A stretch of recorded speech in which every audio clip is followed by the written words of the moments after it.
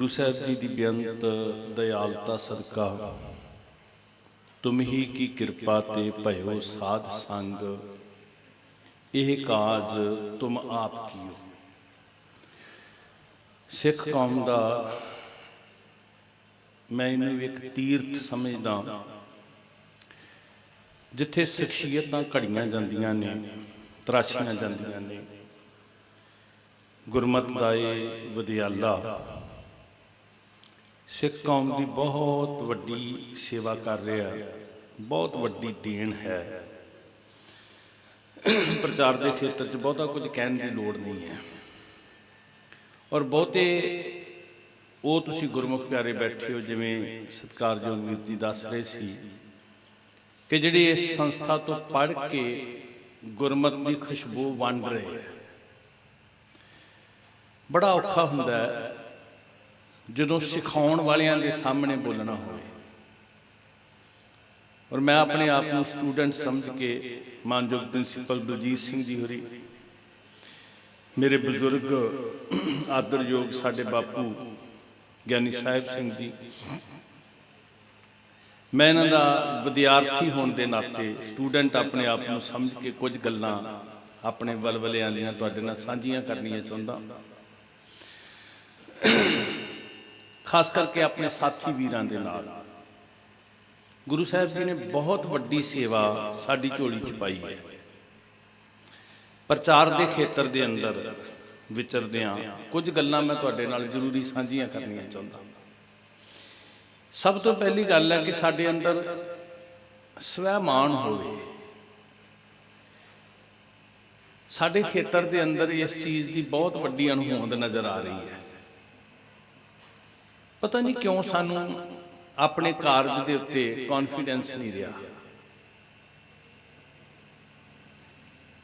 Swaiman ego नहीं मैं कह रहा, पर जे स्वैमान भी खुस गया तो हीन भावना में साडे बोलों का कोई अर्थ नहीं रह जाना, साडे बोलों च कोई जान नहीं रह जानी। पहली गल साडे अंदर स्वैमान होवे, साडे अंदर सच होवे। सच की शक्ति ही दृढ़ता पैदा करती है। बाहरी तौर के उत्ते अर्थ कोई रखते नहीं है। जिन्ने मर्जी सियाणियां गल्लां, अकल दीयां गल्लां, सूझ दीयां गल्लां, बड़ियां सूखम बातां कई बार असीं करदे हां। देखो आपां सारे बहुते प्रचारक बैठे हुए हैं। कई बार मैं सोचदा भी सिर जोड़ के बैठ के सैल्फ एनालिसिस इदां दा करिए। और एक मौका मिलिया इस प्लेटफार्म तो जो मैं महसूस करदा वीरो, मैं तो अपने दिल की अज तुहाडे नाल करनियां चाहुंदा। इतिहास, गुरबाणी, फिलासफी पासे रख दी, वो तुसीं बहुत जानदे हो, मेरे तो वध जानदे हो। मैं वो विषय नहीं छूआंगा। अक्सर साडी एक असीं बनाया हुंदा एक स्ट्रक्चर कि एक कवित बोल लेना, एक वार बोल लेनी है, कुछ प्रमाण ला लेने, एक साखी ला लेनी है ते असीं कथा सुणा लेनी। पर मैं चाहुंदा अज कुछ दिल दी गल्लां आपां करिए रल के। साडे प्रचार के साधन की है, वसीले की ने। ठीक है, किताबां लिखियां जा रही हैं, किते रीयर कोई 5-7% पूरी कौम च सिख होणगे जिन्हां नूं किताबां पढ़न की रुचि है, नहीं तो किताबां पढ़न की रुचि खत्म हो गई है। सब तो वड्डी जिहड़ी दुखांत वाली गल है। असीं इंटरनेट के उत्ते भावें सारा दिन गुजार दीए, पर पुस्तक पढ़ के मन उकता जाना समझ लो असीं अपना एक मित्र छड्ड दिता जिहड़ा चंगा मित्र सी। दूसरी गल, प्रचार कहंदे किहनूं है जी,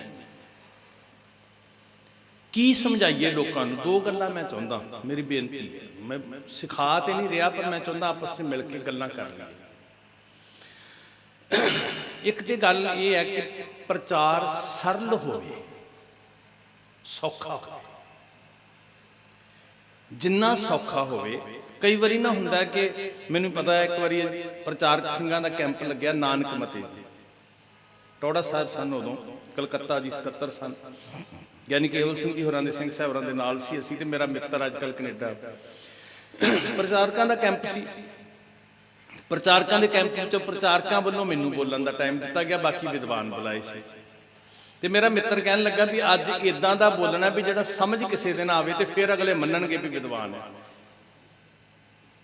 ਉਹਨੇ ਮੇਰੇ ਲਈ ਚੈਲੰਜ ਰੱਖ ਦਿੱਤਾ, ਔਰ ਮੈਂ ਵੀ ਦੁਨੀਆ ਦੀਆਂ ਉਹ ਗੱਲਾਂ ਜਿੰਨਾ ਕਿ ਮੇਰੇ ਦਿਮਾਗ 'ਚ ਤੁੰਨ ਤੁੰਨ ਕੇ ਭਰਿਆ ਸੀ, ਸਿਰ ਕੱਚ ਕੌਲ ਬਣਾ ਹੱਥ ਲੀਤਾ ਪੜ੍ਹਿਆ ਦੁਆਰੇ ਫਿਰਿਆ, ਦਰ ਦਰ ਦਾ ਟੁੱਕ ਮੰਗ ਮੰਗ ਕੇ ਤੁੰਨ ਤੁੰਨ ਉਸ ਨੂੰ ਭਰਿਆ, ਭਰਿਆ ਦੇਖ ਅਫਰਿਆ ਸਾਂ ਮੈਂ ਜਾਣਾ ਪੰਡਤ ਹੋਆ, ਇੱਕ ਦਿਨ ਉਹ ਕੱਚ ਕੌਲ ਲੈ ਗਿਆ ਮੁਰਸ਼ਿਦ ਮੋਹਰੇ ਧਰਿਆ, ਝੂਠ ਝੂਠ ਕਰ ਉਸ ਪਲਟਾਇਆ ਖਾਲੀ ਸਾਰਾ ਕਰਿਆ।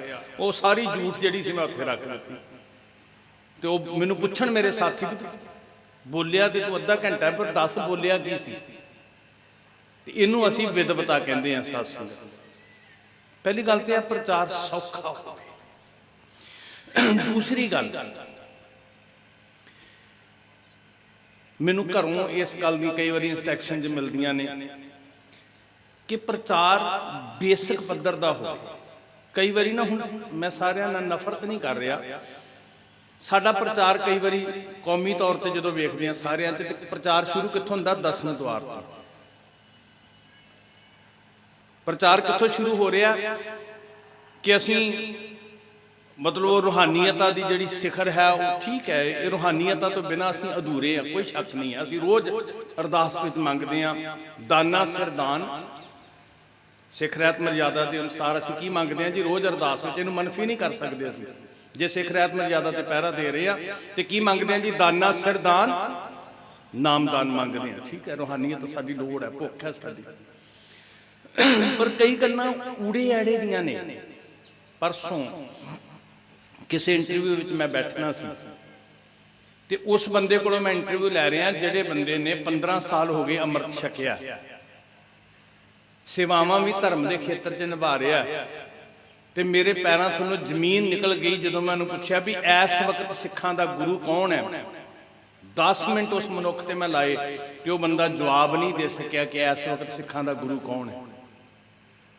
ਤੇ ਮੇਰੇ ਸਿਰ 'ਚ 100 ਘੜਾ ਪਾਣੀ ਦਾ ਪਿਆ ਕਿ ਅਸੀਂ ਗੱਲਾਂ ਦਾਰਸ਼ਨਿਕ ਉੱਚੀਆਂ ਜਿੰਨੀ ਫਿਲਾਸਫੀ ਘੋਟਾਂਗੇ ਐਂ ਲੱਗਦਾ ਵੀ ਵਾਹ ਵਾਹ ਕਿਆ ਵਿਦਵਾਨ ਆਇਆ, ਗੱਲ ਕਿੱਥੋਂ ਸ਼ੁਰੂ ਕੀਤੀ ਇਹਨੇ, ਵਾਲ ਦੀ ਖੱਲ ਲਾ ਕੇ ਰੱਖ ਦਿੱਤੀ।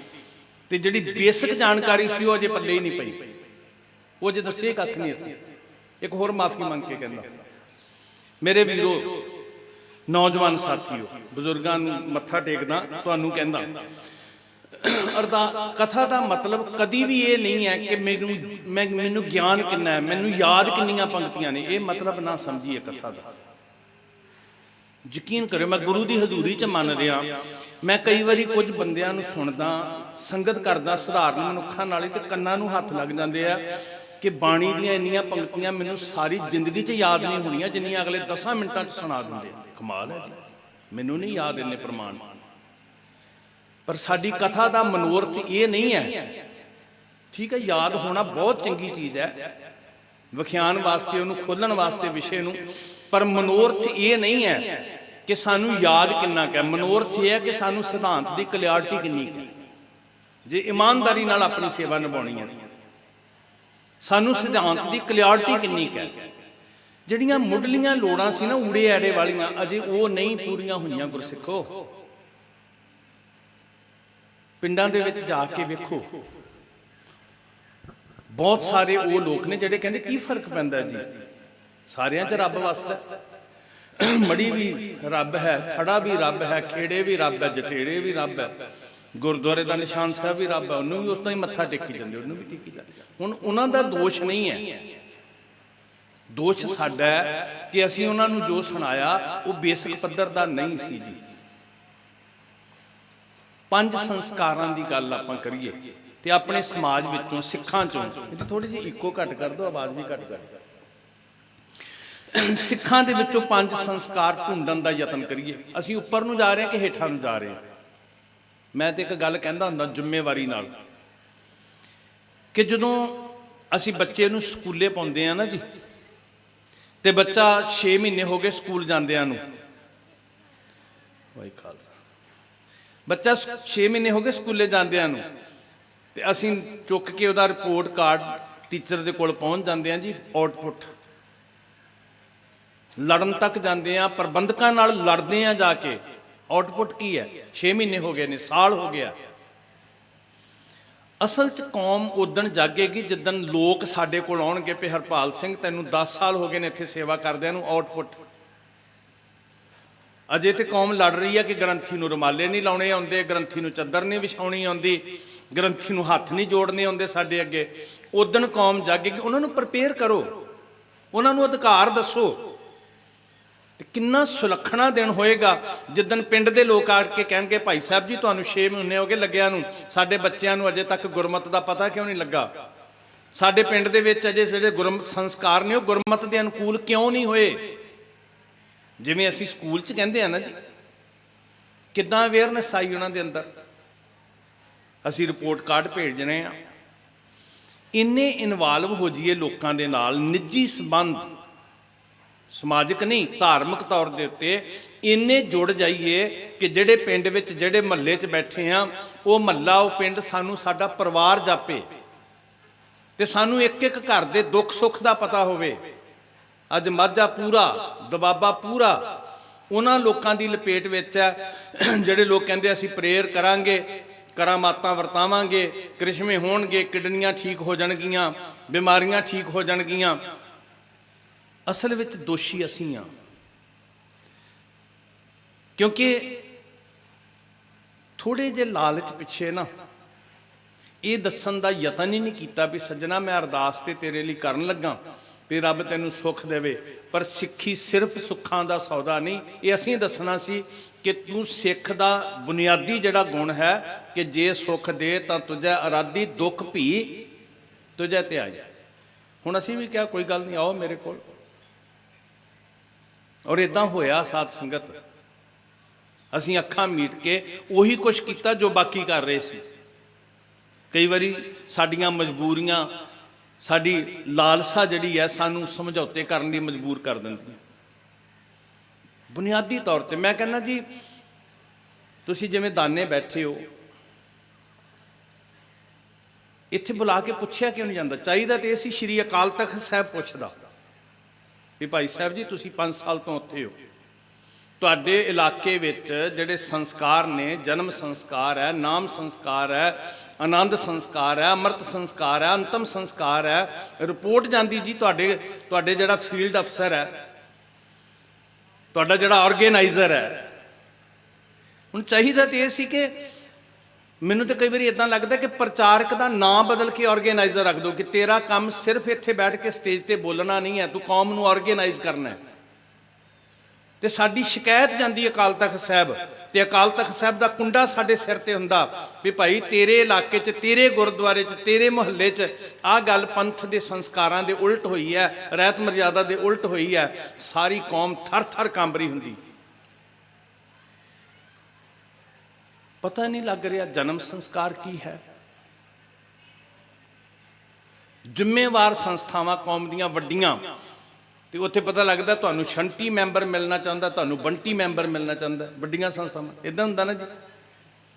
ਹੁਣ ਪਤਾ ਨਹੀਂ ਲੱਗ ਰਿਹਾ, ਕਈ ਵਾਰੀ ਤੇ ਨਾ ਹੀ ਇਦਾਂ ਨੇ, ਪਤਾ ਨਹੀਂ ਲੱਗ ਰਿਹਾ ਘਰ ਦੇ ਕੁੱਤੇ ਨੂੰ ਆਵਾਜ਼ ਮਾਰੀ ਜਾ ਰਹੀ ਹੈ, ਬੰਦੇ ਨੂੰ ਆਵਾਜ਼ ਮਾਰੀ ਜਾ ਰਹੀ ਹੈ। ਉਹਨਾਂ ਨੂੰ ਦੱਸਿਆ ਹੀ ਨਹੀਂ ਅਸੀਂ। ਔਰ ਦੱਸਣਾ ਕਿਹਨਾਂ ਸੀ? ਜ਼ਿੰਮੇਵਾਰਾਂ ਨੇ ਦੱਸਣਾ ਸੀ। ਸਿੰਘ, ਕੌਰ, 3 ਬਖਸ਼ਿਸ਼ਾਂ ਸਾਡੇ ਨਾਂ ਵਿੱਚ ਆ, ਕਿੰਨਾ ਪ੍ਰਾਊਡ ਮਹਿਸੂਸ ਹੋਣਾ ਸੀ ਜੀ। 3 ਬਖਸ਼ਿਸ਼ਾਂ ਸਾਡੇ ਨਾਂ 'ਚ। ਉਹਨੂੰ ਦੱਸੀਏ ਤੇਰੇ ਬੱਚੇ ਦੇ ਨਾਂ 'ਚ 3 ਬਖਸ਼ਿਸ਼ਾਂ। ਅੱਧਾ ਨਾਂ ਤੇਰੇ ਬੱਚੇ ਬੱਚੀ ਦਾ ਗੁਰੂ ਗੋਬਿੰਦ ਸਿੰਘ ਮਹਾਰਾਜ ਨੇ ਰੱਖਿਆ, ਅੱਧੇ ਨਾਂ ਨਾਲ ਸ੍ਰੀ ਗੁਰੂ ਗ੍ਰੰਥ ਸਾਹਿਬ ਮਹਾਰਾਜ ਜੀ ਜੁੜ ਗਏ, ਤੇ ਵਿਚਲੇ ਹਿੱਸੇ 'ਚ ਸੰਗਤ ਦੀ ਅਸੀਸ। ਸਿੰਘ ਤੇ ਕੌਰ ਗੁਰੂ ਗੋਬਿੰਦ ਸਿੰਘ ਮਹਾਰਾਜ ਨੇ ਤਜਵੀਜ਼ ਕੀਤਾ। ਅੱਖਰ ਦਾ ਪਹਿਲਾ, ਸ਼ਬਦ ਦਾ ਪਹਿਲਾ ਅੱਖਰ ਤੇਰੇ ਨਾਮ ਦੇ ਬੱਚੇ ਦਾ ਪਹਿਲਾ ਅੱਖਰ ਬਣਿਆ, ਤੇ ਬਾਕੀ ਸੰਗਤ ਨੇ ਨਾਂ ਤਜਵੀਜ਼ ਕਰਕੇ ਜਕਾਰਾ ਗਜਾਇਆ। 3 ਰਹਿਮਤਾਂ ਗੁਰੂ ਦੀਆਂ ਨਾਂ ਲੈਂਦਿਆਂ ਗੁਰੂ ਚੇਤੇ ਆਏਗਾ, ਸੰਗਤ ਦੀ ਅਸੀਸ ਚੇਤੇ ਆਏਗੀ। ਪਰ ਜਿਸ ਭਾਵਨਾ ਨਾਲ, ਜਿਹੜੇ ਜਜ਼ਬਾਤਾਂ ਨਾਲ ਅਸੀਂ ਉਹਦੇ ਹਿਰਦੇ 'ਚ ਗੱਲ ਪਹੁੰਚਾਣੀ ਸੀ, ਉਹਦੇ ਵਾਸਤੇ ਬਹੁਤ ਡੈਡੀਕੇਸ਼ਨ ਚਾਹੀਦੀ ਸੀ, ਬਹੁਤ। ਹੁਣ ਮੈਨੂੰ 20-25 ਸਾਲ ਹੋ ਗਏ ਇਸ ਖੇਤਰ ਦੇ ਅੰਦਰ। ਸਟੇਜ ਵੇਖ ਕੇ ਕਥਾ ਬਦਲ ਜਾਂਦੀ ਹੈ ਜੀ। ਮੈਂ ਆਪਣੇ ਆਪ ਤੇ ਗੱਲ ਲੈ ਲੈਂਦਾ। ਬੰਦੇ ਵੇਖ ਕੇ ਕਥਾ ਬਦਲ ਜਾਂਦੀ ਹੈ, ਸੁਨੇਹਾ ਬਦਲ ਜਾਂਦਾ ਹੈ। ਗੁਰੂ ਉਹੀ ਰਹਿੰਦਾ ਹੈ, ਸਾਖੀ ਉਹੀ ਰਹਿੰਦੀ ਹੈ, ਸਾਖੀ ਦੇ ਅਰਥ ਬਦਲ ਜਾਂਦੇ ਨੇ ਬੰਦੇ ਵੇਖ ਕੇ। ਕਾਰਨ ਕੀ ਹੈ ਜੀ? ਕਿਉਂਕਿ ਕਮਿਟਡ ਹੋਣਾ ਸੀ ਨਾ, ਜਿੱਦਾਂ ਜੀ ਕਮਿਟਡ ਹੋਣਾ ਸੀ। ਮੇਰੇ ਕੋਲ ਮੁਸਲਮਾਨ ਵੀਰ ਬੈਠੇ ਸੀ ਮਲੇਰਕੋਟਲੇ ਦੇ ਪਰਸੋਂ, ਉਹਨਾਂ ਨੇ ਇੱਕ ਗੱਲ ਮੈਨੂੰ ਦੱਸੀ, ਕਹਿਣ ਲੱਗੇ ਤੁਸੀਂ ਫਿਕਰਮੰਦ ਹੋ, ਬਾਣੀ 'ਚ ਰਲਾ ਨਾ ਪੈ ਜਾਏ। ਬੜੇ ਖੁਸ਼ ਹਾਂ ਅਸੀਂ ਧੰਨਵਾਦ ਕੀਤੇ ਬੜੇ ਵੀ ਹੁਣ ਸਾਹਿਬਜ਼ਾਦਿਆਂ ਦਾ ਸਿਲੇਬਸ ਪੜ੍ਹਾਇਆ ਜਾਣਾ। ਜਿਹੜੀਆਂ ਮਾਰ ਕੇ ਇੱਥੇ ਮਾਰੇ ਨੇ ਸਿਲੇਬਸ ਵਿੱਚ, ਇਹੀ ਉੱਥੇ ਵੱਜਣੇ। ਆ ਵੇਖੇ ਸਿਲੇਬਸ, ਬੈਠੇ ਹੋਏ ਵੀਰ ਉੱਥੇ ਐਜੂਕੇਸ਼ਨ ਬੋਰਡ ਦੇ ਸਾਹਮਣੇ। ਕਿੰਨੇ ਪੱਖਾਂ ਤੋਂ ਤੁਹਾਨੂੰ ਚੇਤਨ ਹੋਣ ਦੀ ਜ਼ਰੂਰਤ ਹੈ, ਕਮਿਟਡ ਹੋਣ ਦੀ ਜ਼ਰੂਰਤ ਹੈ। ਠੀਕ ਹੈ, ਰੋਜੀ ਰੋਟੀ ਸਾਡੀ ਲੋੜ ਹੈ, ਮੈਂ ਮੰਨਦਾ, ਪਰ ਜੇ ਅਸੀਂ ਗੁਰੂ ਤੋਂ ਬੇਮੁਖ ਹੋ ਕੇ ਰੋਟੀ ਕਮਾਉਣ ਲੱਗ ਪਏ, ਸਭ ਹਰਾਮ ਜੇਤਾ ਕਿਛ ਖਾਏ, ਫਿਰ ਤੇ ਹਰਾਮ ਹੈ ਸਾਡੇ ਭੋਗੇ ਹੋਏ ਭੋਗ ਵੀ। ਉਹ ਨਿੱਕੀਆਂ ਨਿੱਕੀਆਂ ਗੱਲਾਂ, ਮੈਂ ਤੁਹਾਨੂੰ ਥੋੜੀ ਜਿਹੀ ਜਾਣਕਾਰੀ ਵਾਸਤੇ ਗੱਲ ਦੱਸਦਾ। ਮੈਂ ਉਦੋਂ ਅਜੇ ਗੁਰਮਤਿ ਕਾਲਜ ਵਿੱਚ ਵੀ ਨਹੀਂ ਸੀ ਗਿਆ, ਪੜ੍ਹਨ ਵਾਸਤੇ ਨਹੀਂ ਸੀ ਗਿਆ, ਪਰ ਮੈਨੂੰ ਸੰਗਤ ਕਰਨ ਦੀ ਬੜੀ ਚੇਟਕ ਹੁੰਦੀ ਸੀ। ਤੇ ਸ਼੍ਰੀ ਅੰਮ੍ਰਿਤਸਰ ਸਾਹਿਬ ਦੇ ਅੰਦਰ ਬਟਾਲਾ ਰੋਡ ਦੇ ਉੱਤੇ ਵੇਰਕੇ ਦੇ ਵਿੱਚ ਇੱਕ ਮੁਹੱਲਾ ਵਿਜੇ ਨਗਰ, ਟੰਡਨ ਨਗਰ, ਤੁਹਾਡੇ ਤੋਂ ਸ਼ਾਇਦ ਕੁਝ ਵੀਰ ਜਾਣਦੇ ਹੋਣ। ਮੈਨੂੰ ਅੱਜ ਤੱਕ ਗੱਲ ਹੈ, 30 ਸਾਲਾਂ ਦੀ ਗੱਲ ਹੋਏਗੀ, ਘੱਟੋ ਘੱਟ 30 ਸਾਲ, ਵੱਧ ਹੋਏਗੀ, ਘੱਟੋ ਘੱਟ 30 ਦੀ ਹੈ। ਜੋ ਸਾਨੂੰ ਕਰਨਾ ਚਾਹੀਦਾ ਗੁਰਸਿੱਖੋ, ਜਿੱਥੇ ਜਿੱਥੇ ਅਸੀਂ ਮਹੱਲੇ 'ਚ ਬੈਠੇ ਹਾਂ, ਅਸੀਂ ਸਿੱਖ ਸ਼ਕਤੀ ਨੂੰ ਚੈਨਲਾਈਜ਼ ਨਹੀਂ ਕਰ ਸਕੇ ਨਾ। ਜਿਹੜਾ ਇਦਾਂ ਸਫਾ ਵਿਛਾ ਕੇ ਬੈਠਣਾ ਸੀ, ਉਹ ਠੀਕ ਹੈ, ਮੁਬਾਰਕ ਤੁਹਾਨੂੰ, ਤੁਸੀਂ ਬੈਠੇ ਹੋ ਸੰਸਥਾਤਮਕ ਰੂਪ ਦੇ ਅੰਦਰ। ਪਰ ਫਿਰ ਮੈਂ ਅਰਜ਼ ਕਰਦਾ, ਇੱਕ ਨਿਰਮਲ ਭੈ ਸ਼੍ਰੀ ਅਕਾਲ ਤਖਤ ਸਾਹਿਬ ਦਾ ਹੁੰਦਾ ਤੇ ਅਸੀਂ ਜਵਾਬ ਦੇ ਹੁੰਦੇ। ਸਾਡੀਆਂ ਅੱਖਾਂ 'ਚ ਇੱਕ ਸਹਿਮ ਡਰ ਹੁੰਦਾ, ਪਵਿੱਤਰ ਜਿਹਾ, ਨਿਰਮਲ ਭਾਉ ਵੀ ਨਹੀਂ ਭਾਈ, ਅਸੀਂ ਜਵਾਬ ਦੇ ਆਪਣੀ ਕੌਮ ਨੂੰ। ਉਸ ਨਗਰ ਦੇ ਅੰਦਰ ਮੈਂ ਜਦੋਂ ਗਿਆ, 30 ਸਾਲ, ਲਗਭਗ 30 ਸਾਲ ਤੋਂ ਵੱਧ ਦਾ ਸਮਾਂ, ਮੇਰੀ ਵੀ ਉਮਰ ਛੋਟੀ ਸੀ। ਉੱਥੋਂ ਦੇ ਸਿਆਣੇ ਗ੍ਰੰਥੀ ਸਿੰਘ ਨੇ, ਵੀਰੋ ਧਿਆਨ ਦਿਓ ਜੀ, ਸਿਆਣੇ ਗ੍ਰੰਥੀ ਸਿੰਘ ਨੇ ਕਮੇਟੀ ਦੇ ਅਧੀਨ ਇੱਕ ਉਪ ਕਮੇਟੀ ਤਿਆਰ ਕੀਤੀ, ਸਬ ਕਮੇਟੀ ਤਿਆਰ ਕੀਤੀ ਹੋਈ ਹੈ। 5 ਮੈਂਬਰੀ ਕਮੇਟੀ ਹੈ। ਨਿਤਨੇਮੀ ਗੁਰਸਿੱਖਾਂ ਦੀ ਉਹ ਇੱਕ ਸਮੂਹ ਬਣਾਇਆ ਹੋਇਆ, 5 ਸਿੰਘ, ਬਾਣੇ ਦੇ ਧਾਰਨੀ, ਜਿਨ੍ਹਾਂ ਦਾ ਇੱਕ ਧਾਰਮਿਕ ਅਦਬ ਸੀ ਜੀ ਮੁਹੱਲੇ ਦੇ ਅੰਦਰ। ਤੇ ਉਹਨਾਂ ਦੀ ਡਿਊਟੀ ਪਤਾ ਕੀ ਸੀ? ਉਹਨਾਂ ਨੇ 3 ਦਿਨ ਵੇਖਣਾ ਕਿ ਸੰਗਤ ਵਿੱਚ ਨਿਯਮ ਨਾਲ ਆਉਣ ਵਾਲਾ ਪ੍ਰੇਮੀ 1 ਦਿਨ, 2 ਦਿਨ, 3 ਦਿਨ ਹੋ ਗਏ ਸੰਗਤ ਵਿੱਚ ਨਹੀਂ ਆਇਆ, ਉਹ ਭਾਵੇਂ ਕੋਈ 5-7 ਸਾਲ ਦਾ ਬੱਚਾ ਹੀ ਕਿਉਂ ਨਾ ਹੋਵੇ, 5 ਸਿੰਘਾਂ ਨੇ ਗਲ 'ਚ ਪੱਲੇ ਪਾਉਣੇ ਤੇ ਉਸ ਘਰ ਵਿੱਚ ਚਲੇ ਜਾਣਾ, ਜੀ ਤੁਹਾਡਾ ਬੱਚਾ ਕਿਉਂ ਨਹੀਂ ਆ ਰਿਹਾ। ਇੱਕ ਚੈਨਲਾਈਜ਼ ਵੇਖੋ, ਜੁੜੇ ਹੋਏ ਇੱਕ ਦੂਜੇ ਦੇ ਨਾਲ, ਦੁੱਖ ਸੁੱਖ ਦੀ ਸਾਂਝ, ਕੋਈ ਪ੍ਰੋਬਲਮ ਤੇ ਨਹੀਂ ਹੈ, ਕੋਈ ਦੁੱਖ ਤੇ ਨਹੀਂ ਹੈ। ਦੂਜਾ ਇੱਕ ਸੁਨੇਹਾ ਹੈ, ਭਾਈ ਕੋਈ ਸਾਡੀ ਸਾਰ ਲੈਣ ਵਾਲਾ ਹੈ। ਤੇ ਜੇ ਹਾਲਾਤ ਨਾਰਮਲ ਨੇ, ਟੁੱਟਦਾ ਵੀ ਹੋਵੇਗਾ ਨਾ, ਤੇ ਅਗਲਾ ਕਹੇਗਾ ਜੀ ਸੌਰੀ ਜੀ, 5 ਸਿੰਘ ਆਏ ਨੇ ਘਰ, ਮੈਂ ਕੱਲ ਤੋਂ ਸ਼ੁਰੂ ਕਰ ਦਿਆਂਗਾ ਜੀ, ਮੇਰੀ ਮਜਬੂਰੀ ਸੀ। ਚੇਤਨ ਗੁਰੂ ਕੇ ਵਜ਼ੀਰ ਜਿਹੜੇ ਨੇ ਨਾ, ਉਹ ਪਿਰਤਾਂ ਪਾਉਂਦੇ ਆ। ਤੇ ਮੈਂ ਕੋਸ਼ਿਸ਼ ਕੀਤੀ ਸ਼੍ਰੀ ਫਤਿਹਗੜ੍ਹ ਸਾਹਿਬ ਕੁਝ ਇਦਾਂ ਦਾ ਕਰਨ ਦੀ ਕਿ ਇਹਨੂੰ ਥੋੜਾ ਜਿਹਾ ਹੋਰ ਅੱਗੇ ਵਧਾਇਆ ਜਾਏ। ਸਾਰਿਆਂ ਦੇ ਤੇ ਨਹੀਂ ਮੈਂ ਜਾ ਸਕਿਆ।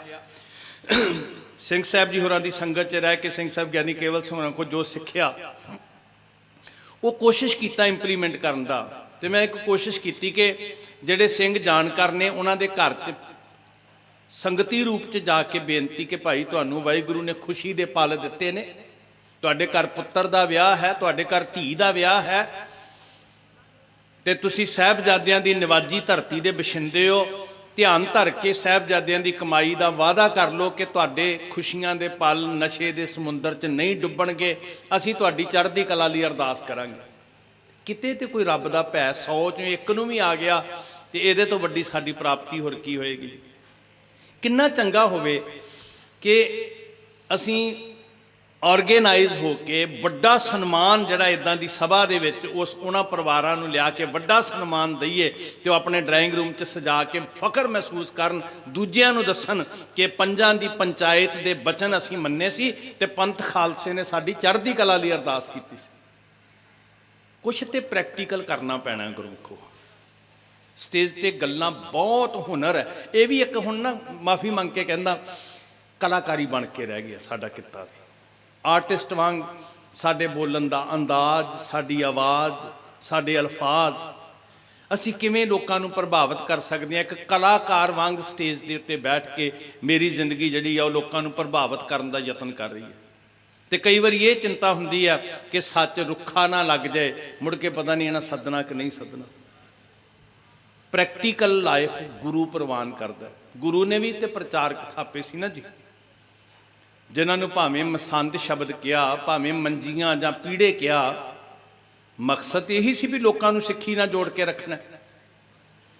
ਤੇ ਆਪਾਂ ਇਸ ਧਰਤੀ ਦਾ ਜ਼ਿਕਰ ਪੜ੍ਹਦੇ ਹਾਂ, ਭਾਈ ਫੇਰੂ ਜੀ, ਜਿਨ੍ਹਾਂ ਨੂੰ ਭਾਈ ਸੰਗਤੀਆ ਜੀ ਨਾਮ ਸੀ। ਤੇ ਫੇਰੀ ਲਾਉਣ ਕਰਕੇ ਤੁਸੀਂ ਸਾਖੀਆਂ ਸੁਣੀਆਂ ਹੋਈਆਂ, ਮੈਂ ਤਾਂ ਕਰਕੇ ਕਿਹਾ ਸੀ ਮੈਂ ਇਤਿਹਾਸ ਜਾਂ ਗੁਰਬਾਣੀ ਦੇ ਪ੍ਰਮਾਣ ਨਹੀਂ ਦੇਣੇ ਜਾਂ ਫਿਲਾਸਫੀ ਨਹੀਂ ਦੱਸਣੀ। ਜੋ ਮੈਂ ਚਾਹੁੰਦਾ, ਜੋ ਆਪਾਂ ਕਰਨਾ, ਜੋ ਮੇਰੀਆਂ ਕਮਜ਼ੋਰੀਆਂ ਨੇ ਉਹ ਮੈਂ ਤੁਹਾਡੇ ਅੱਗੇ ਰੱਖਣੀਆਂ ਚਾਹੁੰਦਾ, ਦਿਲ ਖੋਲ੍ਹ ਕੇ ਆਪਣੀਆਂ ਕਮਜ਼ੋਰੀਆਂ ਦੱਸਣੀਆਂ ਚਾਹੁੰਦਾ।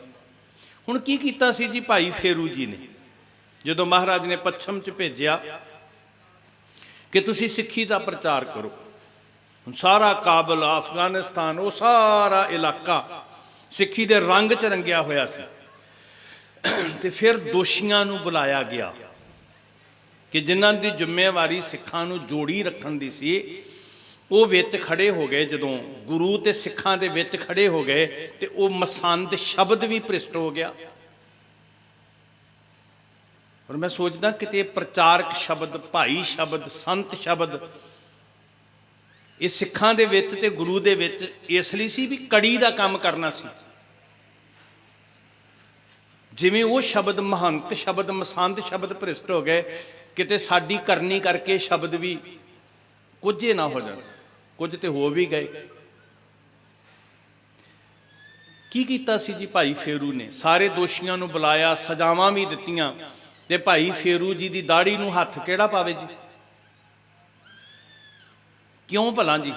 ਕਿਉਂਕਿ ਇੱਕ ਤੇ ਸਿੱਖ ਜਾਣਦੇ ਸੀ ਭਾਈ ਫੇਰੂ ਜੀ ਦੇ ਉੱਚੇ ਸੁੱਚੇ ਜੀਵਨ, ਪਰ ਲੇਖਾ ਕਹਿ ਰਿਹਾ ਕਿ ਗੁਰੂ ਸਾਹਿਬ ਜੀ 1 ਰੁਪਈਆ ਭਾਈ ਫੇਰੂ ਜੀ ਦਾ ਜਿਹੜਾ ਪੰਥ ਵੱਲੋਂ ਆਉਣਾ ਸੀ ਉਹ ਜਮ੍ਹਾਂ ਨਹੀਂ ਹੋਇਆ। ਲੇਖਾਕਾਰ ਇਹੀ ਕਹਿ ਰਿਹਾ ਸੀ ਨਾ ਜੀ ਵੀ ਭਾਈ ਫੇਰੂ ਜੀ ਵੱਲੋਂ ਜਿਹੜੇ ਸਿੱਖ ਸੰਗਤਾਂ ਦੀ ਕਾਰ ਭੇਟਾ ਆਉਣੀ ਸੀ, ਮਹਾਰਾਜ ਜੀ ਸ਼੍ਰੀ ਅਨੰਦਪੁਰ ਸਾਹਿਬ ਉਹ ਭੇਟਾ ਨਹੀਂ ਪਹੁੰਚੀ। ਪਰ ਫਿਰ ਵੀ ਭਾਈ ਫੇਰੂ ਜੀ ਦੀ ਦਾੜੀ ਨੂੰ ਹੱਥ ਕਿਹੜਾ ਪਾਵੇ? ਤੇ ਭਾਈ ਫੇਰੂ ਜੀ ਆਪਣੀ ਦਾੜੀ ਆਪੇ ਫੜ ਕੇ ਕਲਗੀਧਰ ਪਾਤਸ਼ਾਹ ਜੀ ਦੇ ਚਰਨਾਂ 'ਚ ਆ ਗਏ ਸੀ। ਕਾਗਜ਼ਾਂ ਦੇ ਵਿੱਚ ਭਾਈ ਫੇਰੂ ਜੀ ਦਾ ਕੰਮ ਨਿੱਲ ਬੋਲ ਰਿਹਾ ਹੈ ਨਾ, ਥੋੜਾ ਜਿਹਾ ਸਿੱਖ ਲੈਣਾ।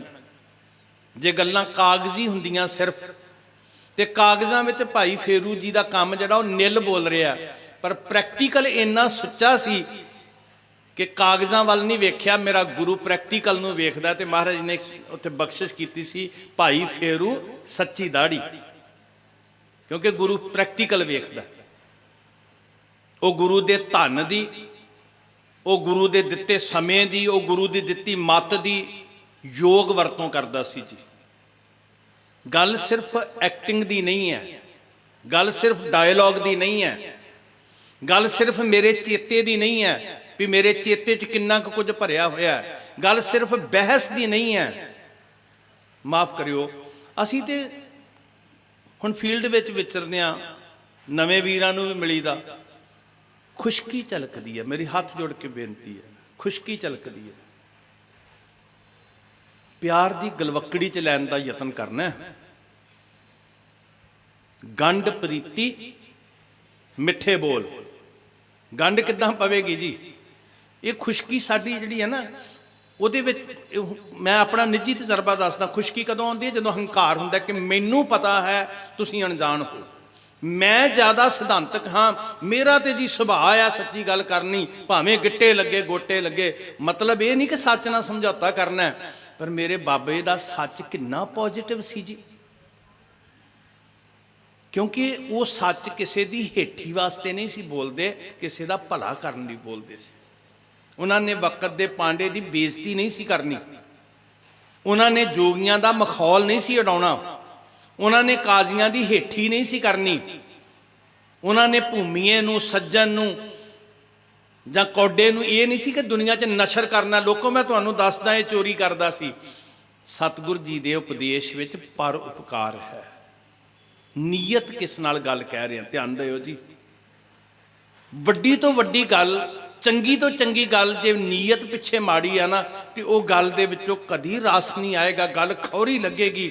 ਤੇ ਵੱਡੇ ਤੋਂ ਵੱਡਾ ਸੱਚ ਜੇ ਨੀਅਤ ਰਾਸ ਹੈ ਨਾ, ਇਮਾਨਦਾਰੀ ਦੇ ਨਾਲ, ਹਮਦਰਦੀ ਦੇ ਨਾਲ ਕਹਿ ਰਹੇ ਆ, ਆਪਣੱਤ ਦੇ ਨਾਲ ਕਹਿ ਰਹੇ ਆ, ਤੇ ਉਹ ਗੱਲ ਸੁਣਨ ਵਾਲਾ ਭਾਵੇਂ ਪਲ ਬਾਅਦ ਵਿੱਚ ਸੋਚੇ ਵੀ ਹੈ ਤੇ ਮੇਰੇ ਭਲੇ ਵਾਸਤੇ ਸੀ। ਆਪਣੇ ਕਹਿਣ ਦਾ ਅੰਦਾਜ਼ ਤਾਂ ਬਦਲ ਸਕਾਂਗੇ ਜੇ ਸਾਡੀ ਬਿਰਤੀ ਬਦਲੇਗੀ, ਜੇ ਸਾਡੀ ਨੀਅਤ ਬਦਲੇਗੀ। ਤੇ ਯਕੀਨ ਕਰਿਓ ਕਾਗਜ਼ਾਂ ਦੇ ਵਿੱਚ ਭਾਵੇਂ ਫੇਲ ਹੋ ਜਾਈਏ, ਗੁਰੂ ਗੋਬਿੰਦ ਸਿੰਘ ਜੀ ਫਿਰ ਸਾਨੂੰ ਮਾਣ ਨਾਲ ਕਹਿਣਗੇ ਤੇਰੀ ਸੱਚੀ ਦਾੜੀ ਹੈ ਸਿੱਖਾ, ਤੂੰ ਜੋ ਕੀਤਾ ਤੂੰ ਪ੍ਰੈਕਟੀਕਲ ਕੀਤਾ। ਤੋ ਦਿਆਲੂ ਮਿਹਰਬਾਨ ਦਾਤਾ ਸਾਡੇ ਤੇ ਕਿਰਪਾ ਕਰਨ, ਆਪਣੇ ਪ੍ਰਚਾਰ ਨੂੰ ਸਰਲ ਤੋਂ ਸਰਲ ਬਣਾਈਏ। ਇਹ ਨਾ ਕੋਸ਼ਿਸ਼ ਕਰੀਏ ਕਿ ਲੋਕ ਮੇਰੀ ਚਰਚਾ ਕਰਨ, ਵਾਹ ਬੜੀ ਵੱਡੀ ਗੱਲ ਕਹੀ, ਪਹਿਲਾਂ ਕਦੀ ਨਹੀਂ ਸੀ ਸੁਣੀ। ਬੇਸਿਕ ਪੱਧਰ ਦੀ ਗੱਲ ਕਰੀਏ, ਭਾਵੇਂ 10 ਵਾਰੀ ਰਿਪੀਟ ਕਿਉਂ ਨਾ ਕਰਨੀ ਪਵੇ। ਥੱਲੇ ਆਈਏ, ਉੱਪਰਲੀਆਂ ਹਵਾਵਾਂ ਤੋਂ ਹੇਠਾਂ ਉੱਤਰ ਆਈਏ। ਮਹਾਰਾਜ ਸਾਨੂੰ ਜਾਚ ਸਿਖਾ ਦੇਣ ਪ੍ਰਚਾਰ ਦੀ, ਸਾਡੇ ਅੰਦਰ ਪ੍ਰਚਾਰ ਲਈ ਇਮਾਨਦਾਰੀ ਆਵੇ। ਰਿਜ਼ਕ ਸਾਹਿਬ ਨੇ ਦੇ ਦੇਣਾ, ਚਿੰਤਾ ਕੋਈ ਨਹੀਂ। ਸਿਰ ਸਿਰ ਰਿਜ਼ਕ ਸੰਭਾਹੇ ਠਾਕੁਰ, ਕਾਹੇ ਮਨ ਭਾਉ ਕਰਿਆ। ਸੱਚੇ ਪਾਤਸ਼ਾਹ ਜੀ ਦੇ ਚਰਨਾਂ 'ਚ ਰਜੋਈ ਕਰਿਓ।